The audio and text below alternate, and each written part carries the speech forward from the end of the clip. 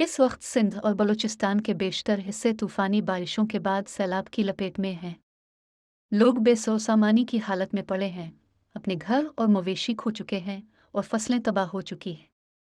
एक खौफनाक वाकया बलूचिस्तान में पेश आया जब मुसाफिरों से भरी एक वैन सैलाब के पानी के साथ नदी में बह गई।